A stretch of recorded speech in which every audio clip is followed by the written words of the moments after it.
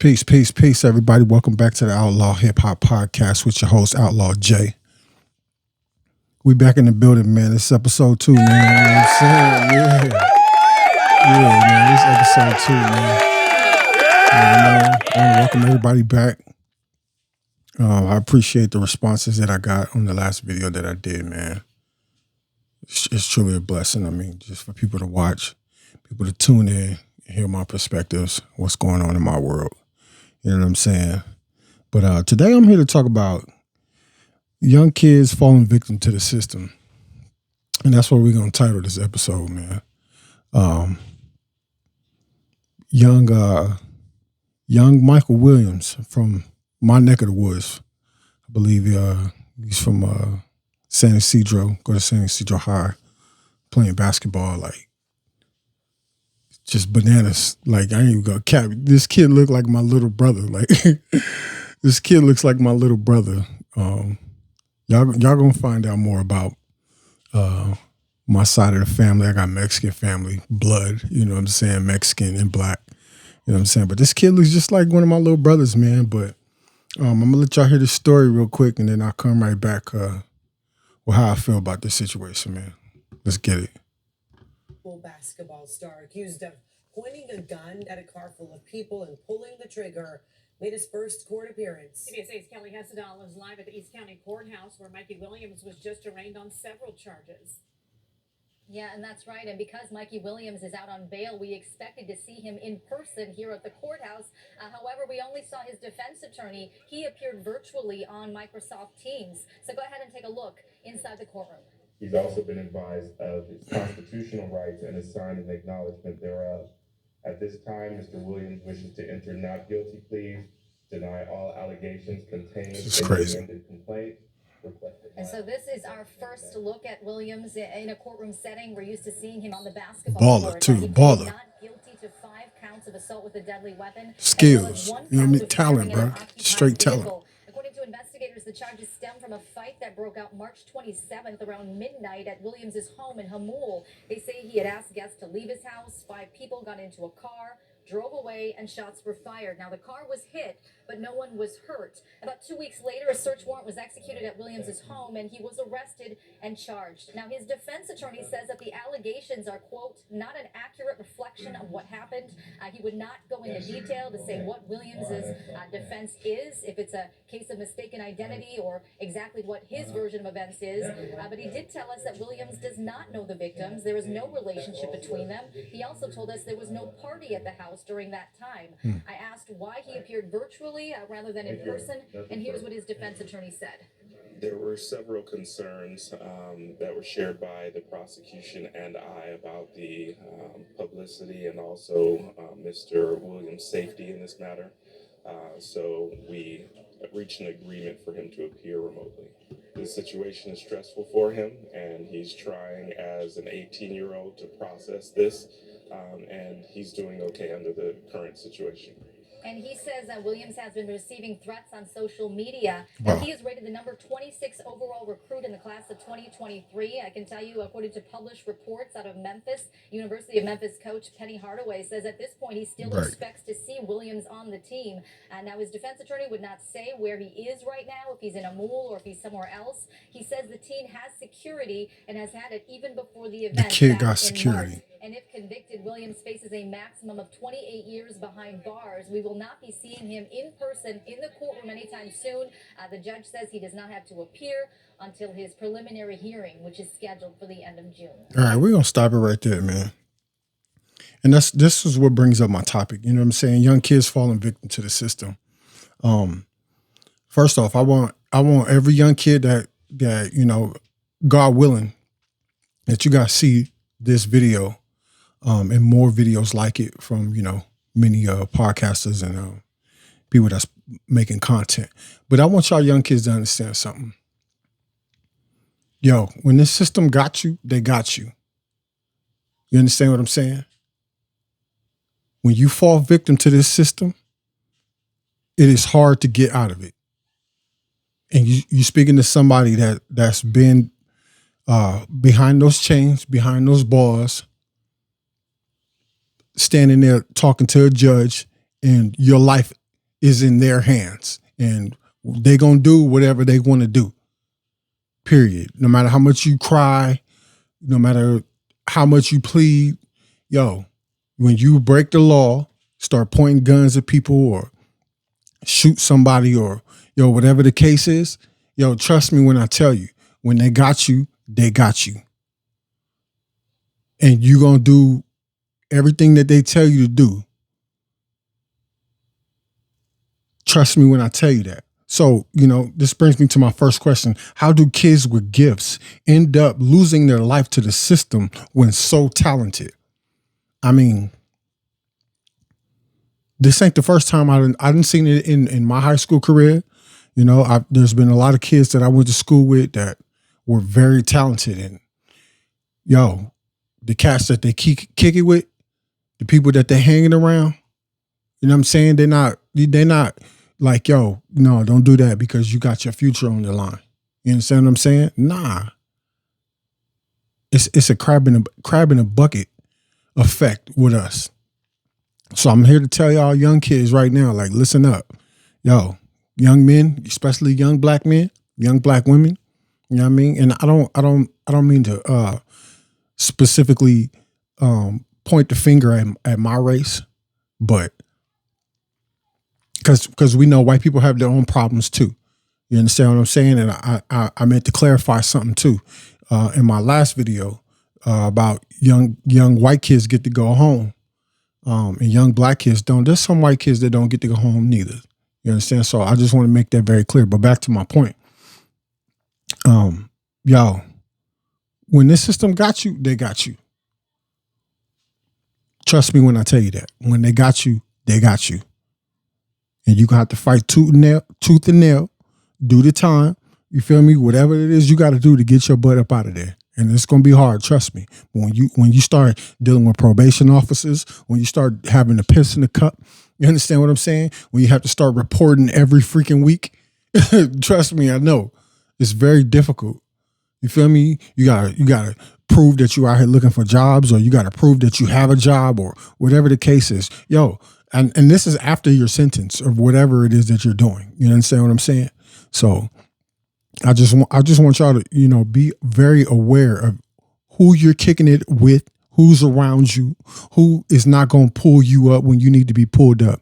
And that brings me to a point. Young fellas, and this goes for us older people too. Yo, we need to start acting like somebody can tell us something.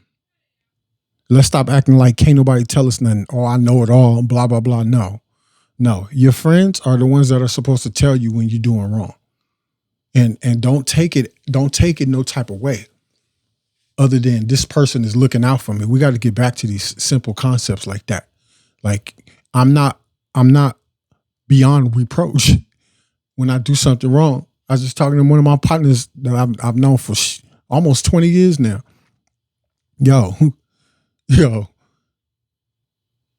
it's okay to pull my coattail. It's okay to say, hey, Jermaine, you doing too much. Sit your butt down. You understand what I'm saying? Like, please hear me when I tell you this. Yo, when somebody's trying to tell you something, it ain't because they hating or it ain't because they feel some type of way about you. No, if a person got love for you, they're going to let you know when you are in the wrong. All right. This brings me to the next question. Why do older men who are supposed to be guiding young men send these young men to do stupid, ignorant things? I say that because I asked that question because there's so many times when I was younger that I seen older cats sending younger cats out here to do negative, ignorant bullcrap, carrying guns, sending them on missions. Where I'm from, they call them missions. Sending them on stupid missions that end up with not a great outcome. Like, where are the older men that, and don't get me twisted, because I know, I'm not saying there ain't nobody out here doing it. Trust me, I know. But I'm talking about on the street level. you know, some of us don't have those platforms or those places so young kids can go to and seek refuge or seek shelter from the streets, from the gangs. But when we don't have these resources, where are the older men that say, hey, you don't need to be out here doing this? You don't need to be out here on the streets searching for validation from anybody. Because I don't see that. And I'm not talking about the people that are out here with the outreach programs, with the programs, with taekwondo programs and basketball programs, football programs where the kids can go seek refuge. And even then though, like this young kid, Michael Williams, where is his refuge after he's done leaving the basketball court or leaving basketball practice or you know, done doing what he's doing at school for the day? Because I can remember back when we were going to school, yo, after we were done practicing football, whatever the case is, basketball and all that, yo, we was chilling in the streets. You know what I'm saying? I'm bringing my own personal experiences in because I know firsthand. You know, I'm older now and I got sons now, and I don't mind my kids being in the house. I don't mind my kids not going outside because, yeah, I was just watching some videos earlier. It's kids out here like wilding, like going crazy, like, and it blows my mind because, you know, I was one of those kids that I was down, but I ain't really want to be down. And what I mean by that is I'm from the streets and all that, but the Most High guided me in the way of, like, you know, that ain't gonna get you nowhere. I can remember a time when I was young. Anybody from San Diego, California, know about the trolley, and I stayed in 4-7. 4-7 is the Crip neighborhood, and there was a stop away that pretty much I called it Lincoln Park. I think it was part of Lincoln Park, but it was like, I mean, that's how close things were. I mean, it was literally in walking distance. And everybody's like, yo, let's go. We about to go fight these dudes over here at Euclid Trolley Station. And I'm like, nigga, I ain't going over there, excuse my language. And I'm going to start watching my language more, you know. But I was like, I'm not going over there. Like, bro, I'm not finna go do none of that right now. You feel me? Like, and at some point, young kids, like, y'all know, I mean, we born with it. It's in us. We know the difference between right and wrong. You know, so at some point there is no excuse for our actions, right? But I'm trying to give the kids a benefit of the doubt, you know, like kids are easily influenceable, you know, to go out here and do negative things just to feel like they're a part of something. And that's the unfortunate part for our community, especially us in the Black community. You know, we are easily impressionable to what the older cats got, how many chicks the older cats are bagging. You feel me? What they got going on, what they driving, what kind of sneakers they got on, what kind of jewelry they got on their neck. So we forget all about our aspirations and goals and what we want to do because that looks better to us than going to get your education and doing something in school. And the last episode I said, you know, something about college. I'm not telling nobody not to go to college. That's not what I'm not saying that at all. Definitely go get your education. I hope everybody has that mindset to try to better themselves to get an education.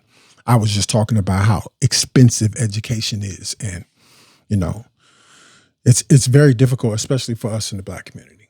You understand what I'm saying? So, but yeah, like, yo, it was that easy though. As soon as you done with your basketball practice, your football practice, or your games or whatever, and I remember at certain games, football games that we had, yo, cats was getting jumped at the football game. You know, like it's crazy when I look back and I think about the situations that transpired. I mean, there was a lot of positivity going on too, but the negative was right there in your face. So I get it. I'm not, you know, knocking anybody that those are the routes that you want to choose. But listen, those routes that you guys are choosing, which are negative, you know, do not have a positive outcome. And I want you guys to remember that. I want the young kids to remember that. You know what I'm saying? If you're watching this and you got kids, you got young teenagers, you know, I got a 13-year-old now. You know what I'm saying?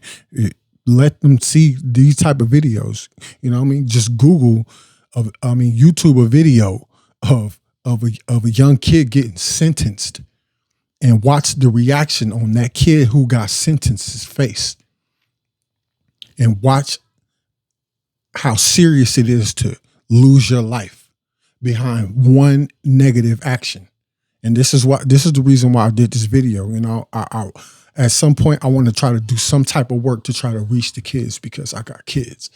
And I'm pretty sure, like a lot of us, we don't want our kids to end up in bad situations that could potentially cost them their lives. Somebody out here got to say it. You feel me? Somebody out here got to be real with me, like, yo, this is what's going to happen. I tell my kids all the time, yo, use your what? My brain. Stop playing. If you know, then you know. Act like you know. You feel me? Like, do what your daddy is telling you. And I always tell my kids, yo, y'all be better than me. And I mean that. Like, I'm not playing. Y'all be better than me, because I ain't perfect. I've made a lot of decisions in my life that I could have went down these exact same roads, but all praise is due to the Most High. At that moment when I knew things were going to get out of control, I said, okay, I have to change the game before I do end up in prison. And why does everybody make it seem like the place to be is prison? It's not. It's not. Do people know exactly what the heck is going on in prison? I got a little brother in prison right now. God bless him. I can't do nothing for him, because that's the place that he chose. That's, you know, he chose his certain actions, and that's where it led him to. And I'm not talking because I'm just out here la-laing about it. No, I have people that are in prison right now. Shout out to my man RC. Yo, he's one cat that I seen go to prison, and I mean years in prison, and then came back and came out and made something of his life. Another one of my partners, DeAndre, he did the same thing. And these are now college graduates. You feel what I'm saying? They turned their negative into a positive. So shout out to them. You know what I'm saying? So I'm not saying that if you choose that, then, you know, there's nothing that's positive that's going to come out of it. That's not what I'm saying at all. I'm just saying, think about the action that before you even think about doing something, think about the consequences of your actions and where it can lead you. Because these are serious things. These are serious allegations. This man is facing 28 years. Do you want to be sitting down for 28 years? And let's stop with the cap. All these cats out here that be talking to you, I did my time. Yeah, I did. Bro, but you didn't want to do that. Let's keep it a buck. All praise is due to the Most High that you did make it out of that situation. But think about what could have happened to you. Think about you could have got killed in prison, or raped, or whatever the case is, man. Like, let's stop making it seem like for some reason, us in the black community, I hear, shout out to Charleston White, I hear him say it all the time. Like, yo, he thought that was the place to go because everybody that was surrounding him was going to prison. Well, I was the complete opposite. I said, I see everybody going to prison. I ain't trying to go to that damn place. And I knew the things that I was involved in, and I was getting in trouble for stupid crap. You feel me? Could have easily led me to prison. And I said, nah, I got to change. Shout out to my sister Amber. Like, yo, I called her, I hit her up like, yo, I need to get up out of here, because I knew if I got in trouble one more time with the law, I was going to prison. Fortunately for me, I didn't have that mindset like, yo, that's the place to go. So, you know, for some reason we view it as that's where you man up at. You know what I'm saying? That's a rites of passage for us in our neighborhoods, you know, and that's not a cool rites of passage, bro. You know what I'm saying? Like getting your license, getting your high school diploma, you know, potentially going to college. You understand what I'm saying? Like, these should be normalized as our rites of passages. not carrying a fucking 22. Excuse my language. Not carrying the 9. You know what I'm saying? Like not doing what we think is cool. It's time for us to start normalizing what's cool. And it's cool to go to school. It's cool to be out here and take care of your family. That's what's cool.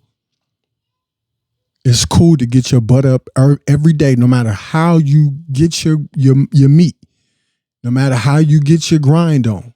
That's cool for you to go get your grind on. And I'm not one to sit here and say, oh, I don't want to go work for the white man. No. We all got to eat. Okay? So let's stop the cap. Let's stop the blah, blah. Okay? That's a fact, bro. I've never set my foot in prison. I pray to the Most High that he keeps me and my sons and their sons or daughters out of that place, because that place is not cool. I remember going to see my dad in prison. You know what I'm saying? Like, that's my fondest memories. Not fondest, but, that's how I remember my father. If he wasn't on somebody's drug, he was in somebody's shackles, me going to see him, me and my brothers and sisters going to see him in prison. So I just want y'all to think about how your actions can lead you either dead or in prison. Let's go. Where are these young people's parents? That's a great question. Now, me specifically, I only bring in my own personal experiences because I'm trying to, I guess, empathize with some of these people's stories and figure out how these things happen. My mother worked, like it was me, my older sister. My older sister was always going. You know what I'm saying? My older sister was in the streets.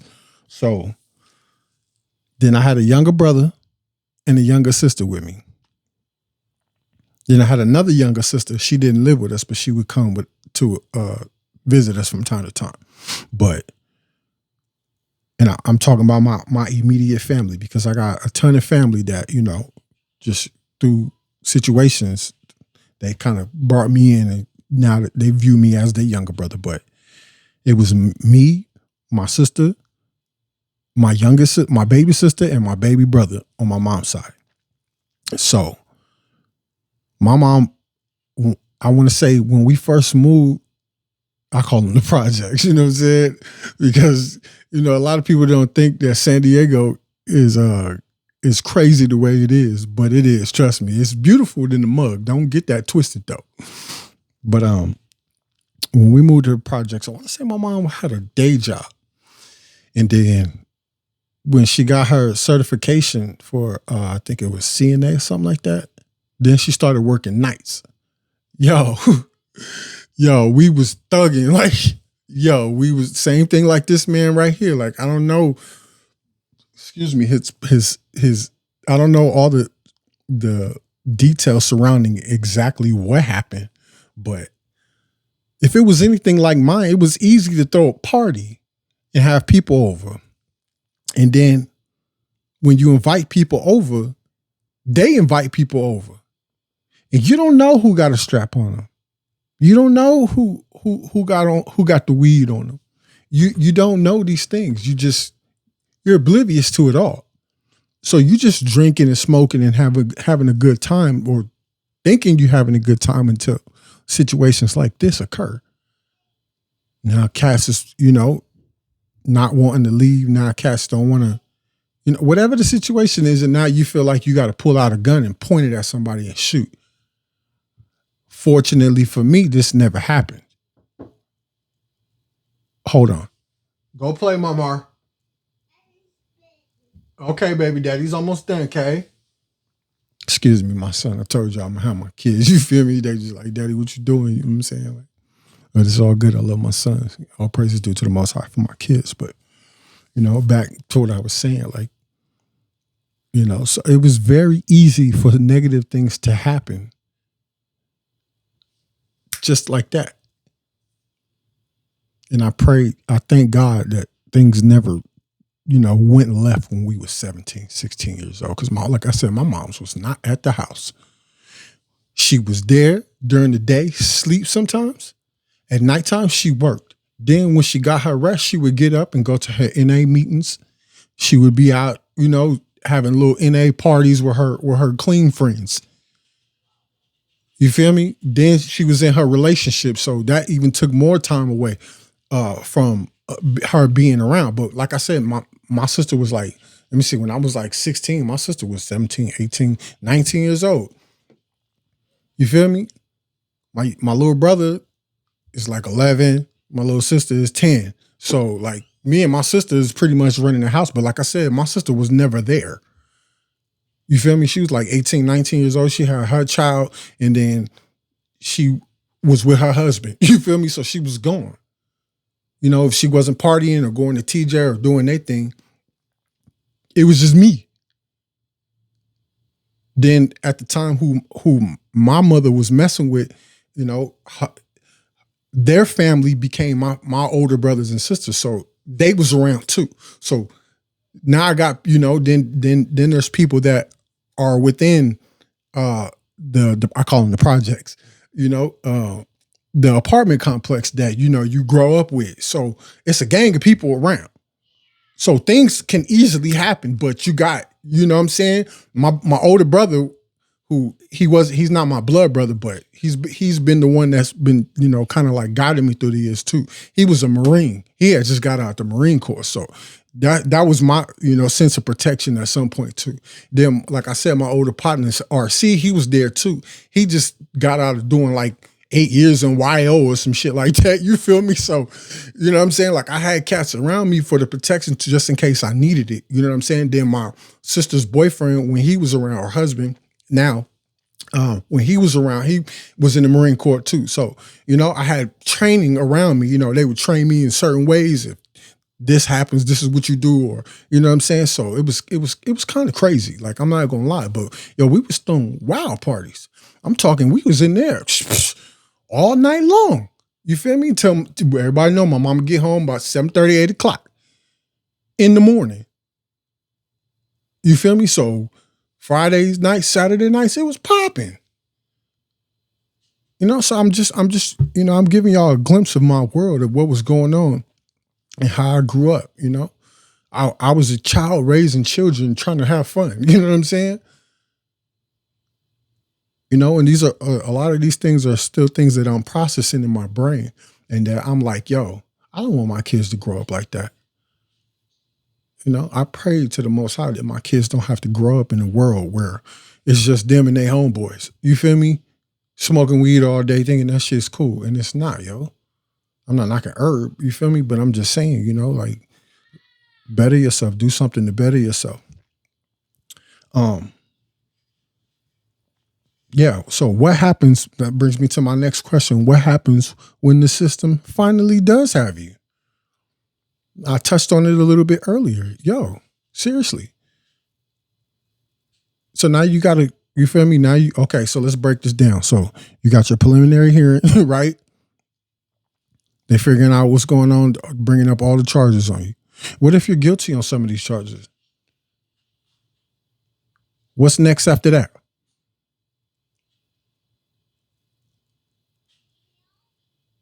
So now if you fight it, that's a whole year. 6 months to a whole year. Trying to fight, you feel me? Trying to go, whatever, you want to go to trial, whatever the case is, right? Then on top of, what if you're found guilty? For whatever crime it is, because each crime has its own punishment. So murder has one punishment. Stealing something for somebody has its own punishment. Just socking somebody and running has its own punishment. Taking something from somebody that's not yours has its own punishment. And so on and so forth. So y'all can get a glimpse of exactly what I'm talking about, if you don't know.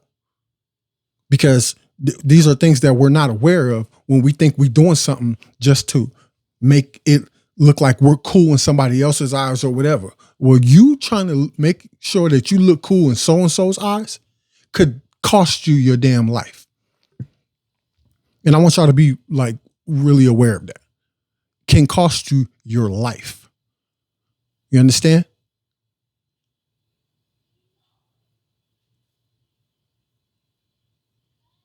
So what? Now what? After you serve your time, now you got to get out. And this is what I was speaking to earlier. Now you got to get out, rather it be probation or parole. Now you have to check in with somebody. They're going to check in with you. They randomly popping up at your house, taking your pee, making sure you ain't smoking no weed. Make sure you out here doing what you're supposed to be doing, looking for a job, or if you are employed, checking in with your boss, making sure you're going to work every day. And then if you don't do what you're supposed to do, they violate you and send you back. And that's what I was talking about earlier. Yo, once the system has you, you feel me? It has you for the next however semi-odd years that they put you on probation or parole.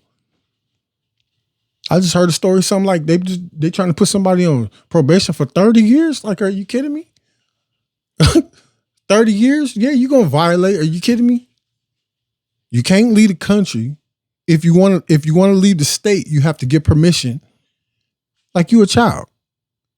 And these are things I want y'all to think about, especially the young kids. That's who I'm mainly aiming at right now is the young kids. So if y'all got kids, make sure y'all let them tune in to this right here, because this is real. Over here at Outlaw Hip Hop Podcast, like I'm bringing the heat, like I'm not playing. I'm dead serious. Because I wish I had a Outlaw Hip Hop Podcast to go to when I was young. For somebody said, Jermaine, listen, that's not the way to go, B. That's not the way to go. This is how you need to be moving over here. All right.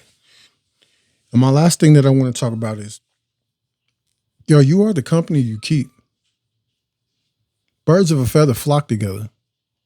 And I'm not saying that in no insidious way, like I know there's great people out here, I've been privileged, and some of my great friends are not here no more, that helped guide me and kept me out them streets, helped me when I needed, simple help with my homework. Excuse me. You understand what I'm saying? I mean, I've been blessed to meet some really good people.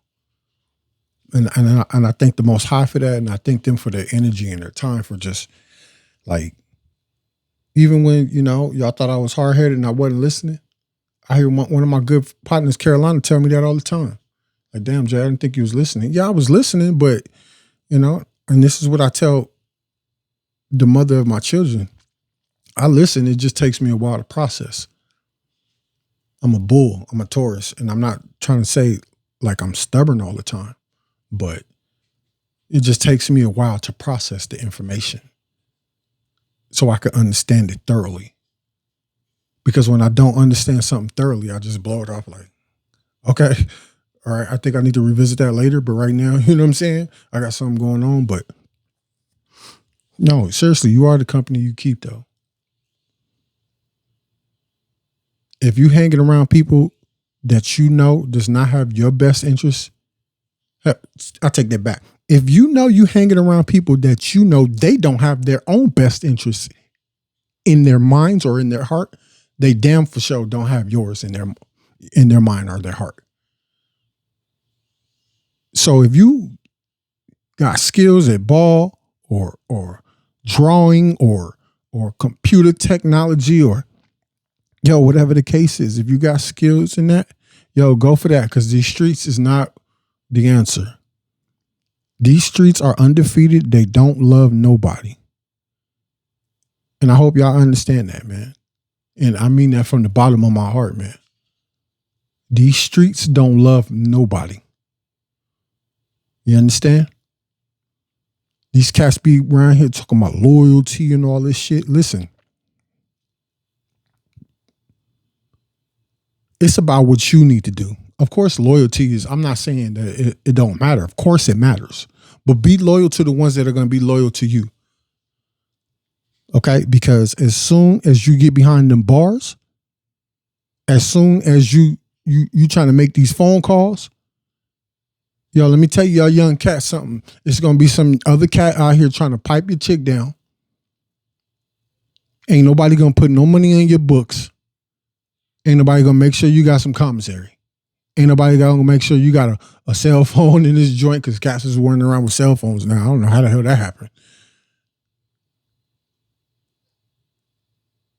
Ain't nobody going to make sure you got some soap and some good soap, because that bull crap that they give you up in there ain't worth a dang. You take a shower, you be musty in an hour.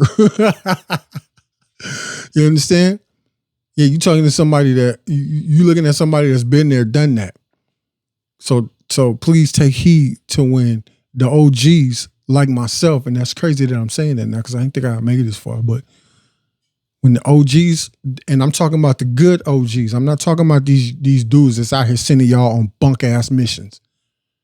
Them cats that are out here doing that, yo, y'all need to be hung or at the stake, burned at the stake or something. If you out here, if you are a grown man out here sending these young kids out here to do negative, you need to be on the firing. You need to be in front of a firing squad. I don't condone that. I ain't sending no young man on no bunk whack ass missions out here to get himself in trouble. Oh, that's little so and so. That's my little homie so and so. Man, come on, man. Yo, this is gonna bring me to another topic episode. Yo, us as young and old black men need to grow up. And let's start walking in our true essence of who we are. We're fathers, we're brothers, we're leaders, we're sons, we're nephews, we're cousins. To the youth that need us. These young kids need us. And this is the main reason why I started this podcast, because,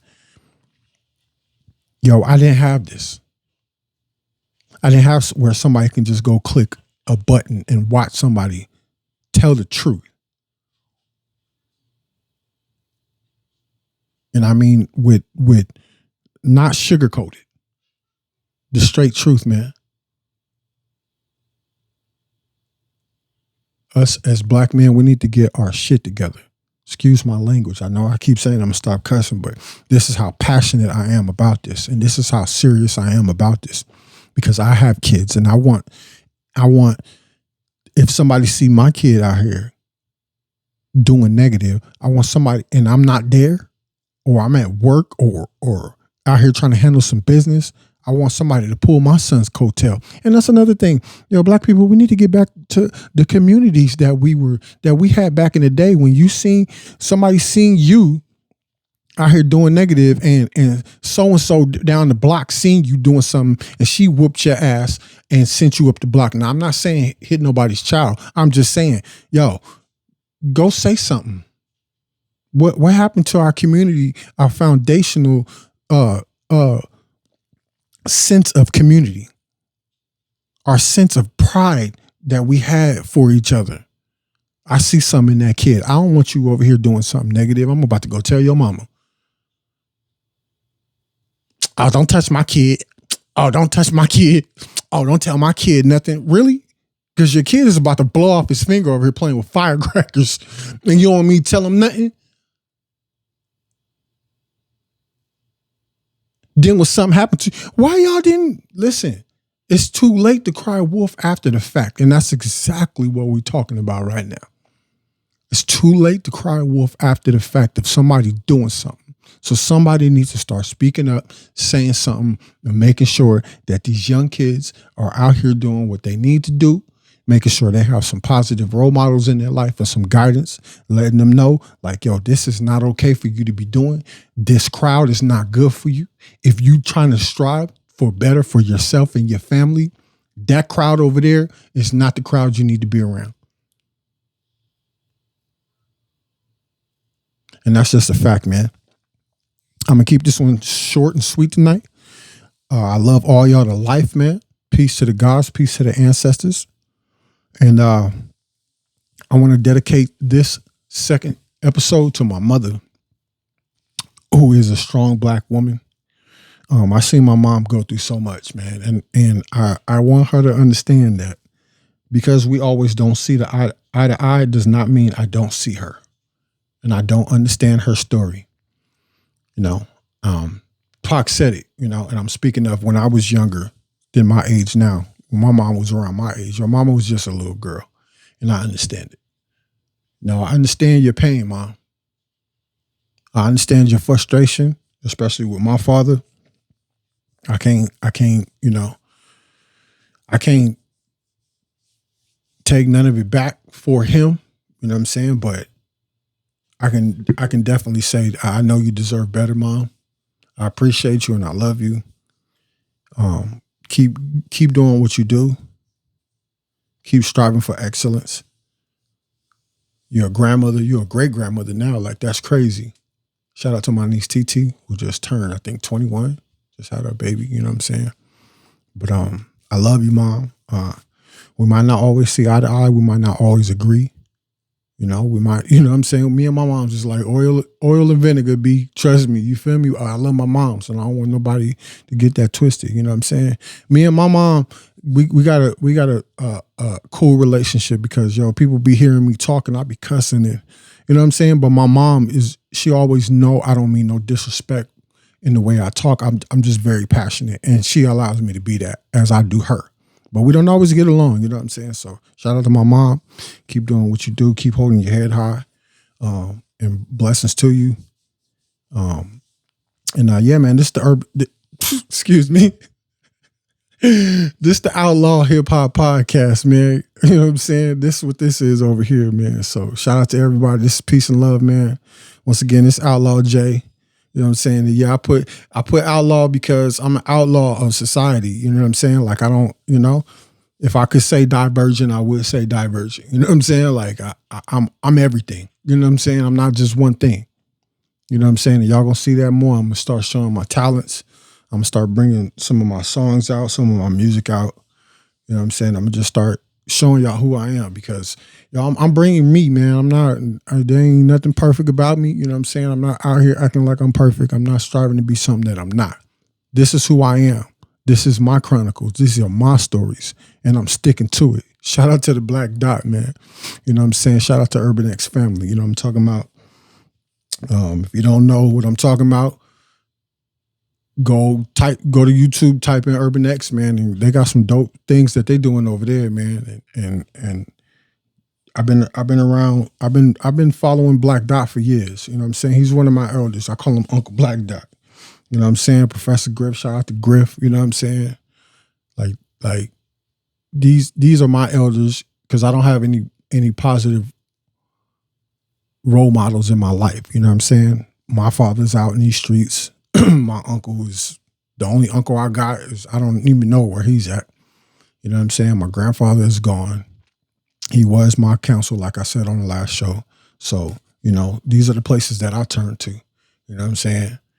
These are the people that I turn to for some guidance. And shout out to Malcolm too, because, you know, he's one of them too. You know what I'm saying? They know who they are. You know what I'm saying? I don't need to explain to y'all who they are because they know who they are. You know what I'm saying? But like I said, man, this is Outlaw Hip Hop Podcast, man. I'm your boy, Outlaw J. I'm your host. I hope you guys enjoyed the show, man. I hope you guys like, share, and subscribe, please. You know what I'm saying? And I'm not out here doing this for no money. I'm not out here doing this for nothing else other than to give y'all my truth. This is a part of my healing process currently. And I'm going to keep bringing this. I think I'm going to do it twice a week. I think I said 3 times a week. I might do it 3 times a week, but I'll be back on Wednesday. I got a dope story to share with y'all on Wednesday. It's me and my son's birthday. So I'm going to share these stories with y'all, man. And I hope you guys keep continue to watch, and I hope you guys come back. Like I said, I'm gonna get better with my surroundings. I'm gonna get better with my sound. I'm gonna get better with my lighting. I'm gonna get better with it. I'm gonna get better with all of this. It's just gonna take some time, and I need y'all to bear with me. And peace, man. I love y'all, man. Peace, peace, peace. We out.